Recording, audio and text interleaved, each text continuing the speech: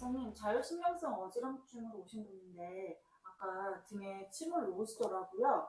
혹시 실수로 등에 놓으신 거 아닌가요? 아닙니다.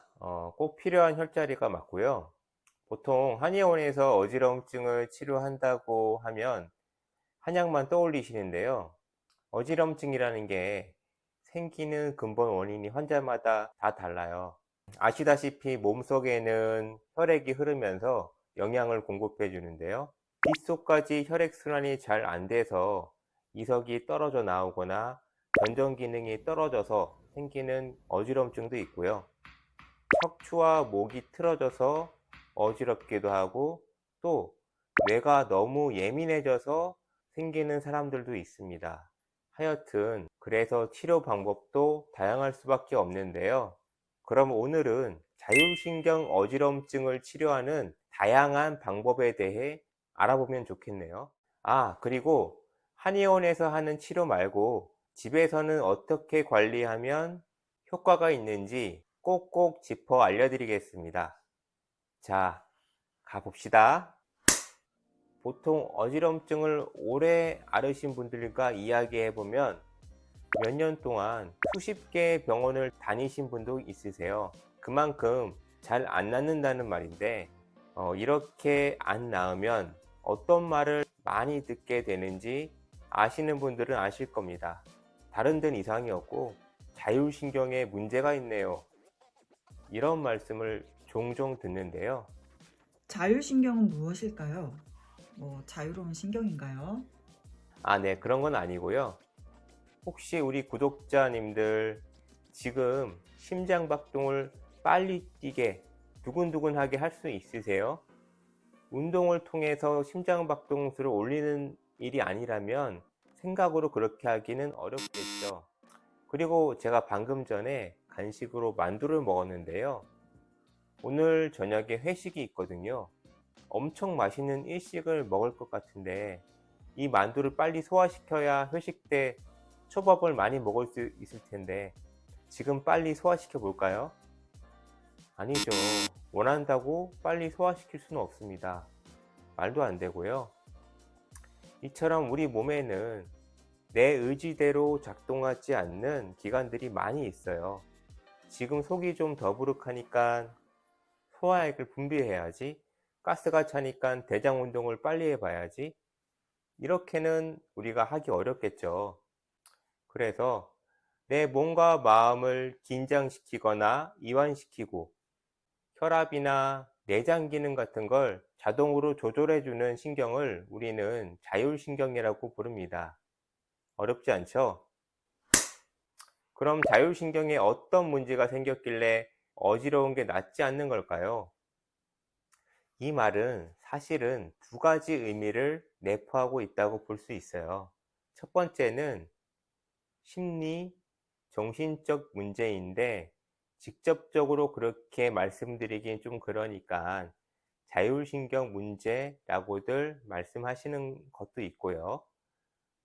여기서 심리적 문제가 있으면 자율신경계 불균형은 항상 따라오기 때문에 그렇습니다. 두 번째는 자율신경의 조절 문제가 직접적인 원인으로 어지러운 경우에요. 오늘의 주제인 기립성 어지럼증은 여기에 해당합니다. 그럼 먼저 정확히 자율신경성 어지럼증, 즉 기립성 어지럼증이 무엇인지부터 알아보고 넘어가겠습니다. 혈압을 쟀을 때 수축기압이 90, 이완기혈압이 60 아래일 때 저혈압이라고 합니다. 보통 우리가 혈압을 재면 위에 나오는 수치가 수축기 혈압이고요. 아래에 있는 수치가 이완기 혈압입니다. 기립성 저혈압은 평상시에는 혈압이 정상인데 앉았다 일어날 때 순간적으로 뇌로 가는 혈압이 떨어지면서 어지러운 것입니다. 원장님, 저도 앉았다가 일어날 때 핀 도는데요. 다이어트 할 때는 진짜 더 그렇거든요. 다이어트 할 때는 아무래도 먹는 양이 줄어서 전체적인 수분 섭취량이 확 줄거든요. 체액량이 떨어지고요. 직접적으로 물을 마시지 않더라도 음식에 포함된 수분량이 꽤 됩니다. 그래서 그런 거고요. 이런 특별한 경우 말고 일어날 때마다 현기증을 느끼는 분들이 있습니다. 심하면 쓰러지거나 의식을 잃기도 하는데요. 한의원에 찾아오실 정도의 분들은 대체로 앉았다 일어날 때 더 어지럽긴 하지만 평상시에도 종종 어지러움을 느끼시는 분들이에요. 자율신경은 앞서 말씀드린 것처럼 호흡이나 혈압, 소화 등에 관여하는데 이 신경이 제대로 작동하지 않으면 기립성 저혈압이 생깁니다. 자리에 앉아 있다가 일어나면 머리로 가는 혈류량이 순간적으로 줄어들겠죠. 이때 자율신경계가 재빨리 작동해서 뇌로 가는 혈류량을 높여줍니다. 이런 작용이 잘 안 되는 것이죠. 그래서 순간 눈앞이 컴컴해지고 핑 돌기도 합니다. 아주 심할 때는 쓰러져서 잠시 의식을 잃기도 하고요. 근데 이런 기립성 저혈압은 약 때문에 생기기도 해요. 혹시 우리 구독자님들 혈압약이나 전립선약 드시는 분 계세요? 그런 경우 자율신경계 문제가 없더라도 약 때문에 생긴 어지럼증이 아닌지 한번 확인해 봐야 됩니다. 약이 안 맞아서 기립성 저혈압이 생길 수 있거든요. 그렇기 때문에 어지럼증 자체를 치료하는 게 아니라 어지러운 원인이 되는 약을 조절해야 할 때도 있습니다. 혈압약이나 전립선약을 처방받는 병원에 가셔서 현재 이런 증상이 있다고 말씀하시고 약을 조정하는 게 먼저입니다. 원장님, 저는 아무런 약도 안 먹는데 앉았다가 일어설 때마다 어지럽거든요. 아무런 기저 원인이 없이 이런 기립성 저혈압이 있거나 복용 중인 약을 조정해도 계속 어지럽다면 한방 치료를 적용해 볼 수 있습니다. 원장님, 그 기저질환이라면 무엇을 말씀하시는 건가요? 예를 들어서 파킨슨병이 있는 경우도 이런 기립성 어지럼증이 생길 수 있거든요. 그런 어떤 다른 갖고 있는 그 질환을 말씀드리는 겁니다. 네, 알겠습니다. 중간 정리 한번 해주세요. 정리를 해보자면 드시는 약도 특별히 없고 또 이제 드시는 약이 있더라도 예를 들어 고혈압약 같은 거는 우리가 끊을 수는 없잖아요. 그 약을 조정했는데도 계속 어지럽다. 그런 경우, 그리고 기저질환이 없는데 기립성 저혈압이 있다면 자율신경 조정을 위한 한방치료를 시작할 때인 겁니다. 기립성 빈맥증후군은 일어나면은 맥박이 10분 안에 30회 이상 증가하거나 1분에 120회 이상으로 빨라지는 그런 질환을 말합니다. 심박수가 너무 비정상적으로 빠르면 어떤 현상이 생길까요? 제대로 피를 짜주지 못하게 되니까 혈류량이 오히려 떨어지게 됩니다. 그 결과 어지럼증이나 두통, 두근거림 등이 생기고 또 불안해질 수 있습니다. 원장님, 근데 왜 이런 기립성 빈맥이 생기는 걸까요? 대부분은 특별한 원인이 밝혀지지 않았고요. 다만 젊은 연령층에서 많이 나타나는 그런 특징이 있습니다. 저도 요즘은 종종 기립성 빈맥 증후군이라고 진단을 받고 오는 환자분들을 만나게 되는데요. 제가 보기엔 단지 이 병 하나 때문에 어지럽다기보다는 이런 증상도 같이 겸하고 있는 어지럼증 환자분들이 대부분인 것 같습니다. 전에도 몇 번 말씀드렸는데요. 어지럼증이 있으신 분들은 원래 쉽게 불안을 잘 느낍니다. 또 불안하면 신체 증상으로 두근거림도 잘 생기고요. 즉, 어지럽다는 증상 자체가 불안감이나 두근거림을 잘 만들어내기 때문에 기립성 빈맥 증후군 역시 어지럼증이 있는 분들께 잘 생길 수 있는 것이죠. 따라서 기립성 빈맥 증후군이라는 병이 특별한 병이고 치료도 다른 어지럼증과는 완전히 다르다고 생각할 필요가 없어요. 둘은 아주 친한 친구입니다. 몸에 맞는 치료와 체질에 맞는 약제를 잘 선택한다면 어지럼증도 기립성 빈맥 증후군도 모두 좋아지게 됩니다. 두 마리 토끼를 한 가지 한약으로 잡는 겁니다. 1타 쌍피 한약. 제가 좋아하는 전략입니다. 원장님, 한의원에서는 다른 한의원과 다른 치료법이 있다고 하던데 그게 진짜인가요? 특수약침을 자율신경계를 조절하는 혈자리에 직접 주사해서 치료하는 방법이 있습니다. 저는 어지럼증이 있는 분들은 특히 자율신경계를 안정시키는 게 중요하다고 생각하는데요. 때문에 배수혈이라는 혈자리에 자주 침을 놓습니다. 이 배수혈은 흉추에 있는데요. 추라면 여기를 말하는 건가요? 아니, 거기는 흉걸이고요. 흉추는 척추의 한 부분으로 목뼈 아래에 있는 이 부분을 말합니다. 저는 어지럼증뿐 아니라 여러 환자분들에게 흉추에 있는 배수혈이라는 혈자리를 자주 사용하는데요. 이곳이 자율신경계를 조절해 줄 수 있는 자리이기 때문입니다. 특히 두근거림과 같이 육체적으로 자각하는 증상이 있다면 반드시 치료해야 되는 자리입니다. 그리고 대부분의 어지럼증 한약이 불안장애나 자율신경 문제에도 효과를 보여주기 때문에 체질에 맞게 처방하면 모든 증상이 함께 좋아질 수 있습니다. 예를 들어 영계출감탕이라는 한약 처방이 있는데요.